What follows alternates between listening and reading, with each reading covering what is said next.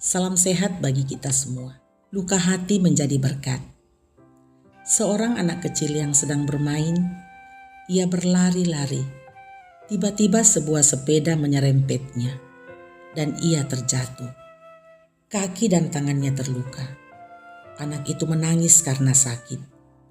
Papanya datang memeluknya dan mengobati lukanya dengan obat merah. Setiap hari sang papa merawat luka anaknya sampai sembuh.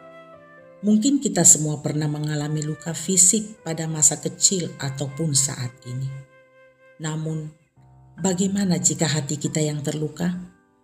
Apakah juga membuat kita sakit dan menangis?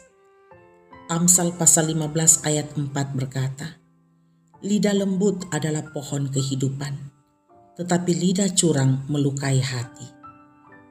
Saudaraku, kata-kata yang diucapkan dengan cara yang lembut menyenangkan hati dan memberi semangat. Karena itu kita harus menjaga hati kita agar selalu keluar kata-kata yang lembut. Tetapi meskipun kita sudah menjaga hati kita dengan baik, bisa saja hati kita terluka. Sebab kita tidak bisa menghalangi orang mengeluarkan kata-kata yang melukai hati kita. Baik dari orang-orang yang tidak sejalan dengan kita, maupun dari orang-orang terdekat kita. Seperti perkataan istri Ayub kepada suaminya, "Masih bertekunkah engkau dalam kesalehanmu? Kutukilah Allahmu dan matilah." Yang diharapkan Ayub dalam penderitaannya adalah kata-kata yang lembut dari sang istri. Tetapi kenyataannya yang ia dengar adalah kata-kata yang menyakitkan dan melukai hati Ayub. Mungkin kita pun pernah mengalami hal seperti itu. Mendapatkan kata-kata yang melukai hati kita dari orang-orang terdekat kita. Dari pasangan kita, dari orang tua kita, atau orang yang mengasuh kita pada masa kecil. Atau dari saudara kita, sahabat kita, atau rekan kerja kita. Luka hati ini membuat kita sakit dan mungkin kita menangis. Saudaraku, luka hati yang tidak dirawat dengan baik akan terasa sakit terus-menerus.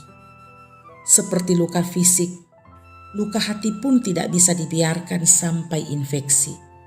Sebab akan menimbulkan rasa marah kepada orang yang melukai kita. Menimbulkan rasa dendam, bahkan keinginan untuk membalas rasa sakit itu.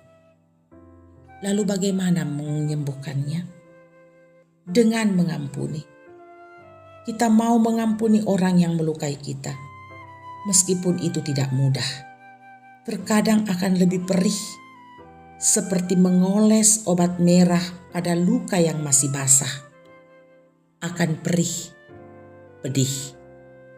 Namun, jika kita terus mencoba, maka kita akan mampu mengampuni dengan tulus.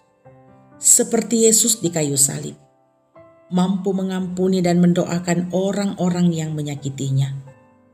Juga Stefanus yang belajar meneladani Yesus, mendoakan orang-orang yang menyiksanya, sehingga ia mengalami pemulihan sebelum ia meninggal. Kisah Rasul pasal 7 ayat 60. Dengan mengampuni, kita pun akan mengalami pemulihan dari luka hati. Karena kita tahu bahwa Tuhan turut bekerja dalam perjalanan hidup kita dan mendatangkan kebaikan pada akhirnya. Saudaraku, luka hati yang telah pulih akan membentuk kita menjadi pribadi yang lebih tangguh. Menjadikan kita pribadi yang mudah berempati dan berhikmat dalam berelasi.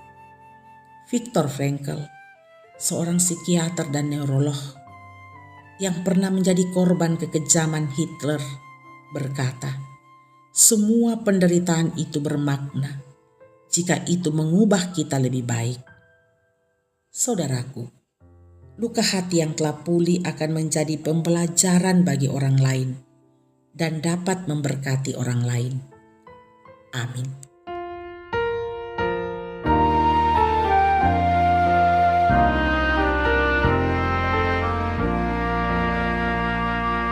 Hidup kita yang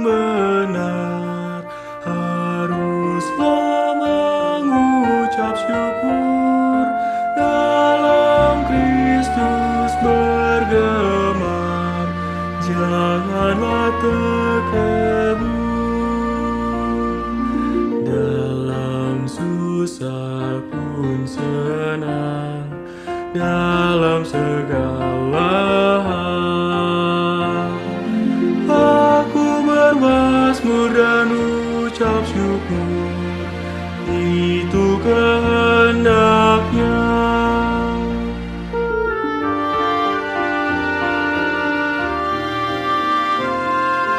Biar badai menyerang, biar ombak menerjang, aku akan bersyukur kepada Tuhanku.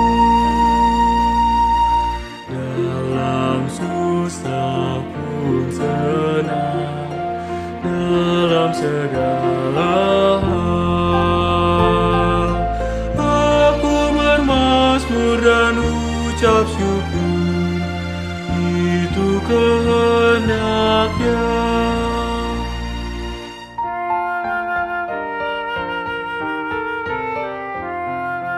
Apa arti hidupmu? Bukan kau ungkapan syukur karena Kristus penebus berkorban bagimu.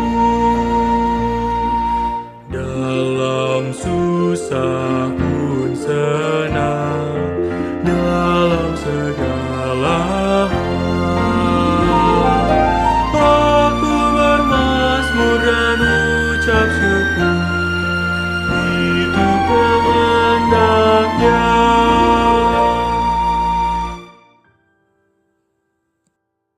Mari kita berdoa. Kami bersyukur kepadamu ya Tuhan, untuk kehidupan yang boleh kami alami.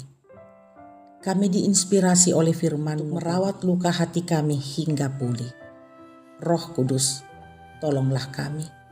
Mampukan kami untuk mengampuni orang-orang yang melukai kami, agar hati kami selalu merasakan damai dari Tuhan, dan relasi kami dengan siapapun akan selalu baik. Ya Tuhan, berkati semua jemaat dalam aktivitas hidup mereka masing-masing, baik dalam studi, pekerjaan, usaha, dalam rumah tangga, dan aktivitas lainnya. Di tengah-tengah semakin maraknya COVID, kami mohon perlindungan Tuhan bagi semua umat-Mu. Saudara kami yang sakit Tuhan pulihkan, yang berduka Tuhan hiburkan, yang bergumul Tuhan teguhkan mereka melewati pergumulan-pergumulan ini. Teguhkanlah iman dan pengharapan kami kepadamu ya Tuhan. Di dalam nama Yesus kami berdoa. Haleluya. Amin.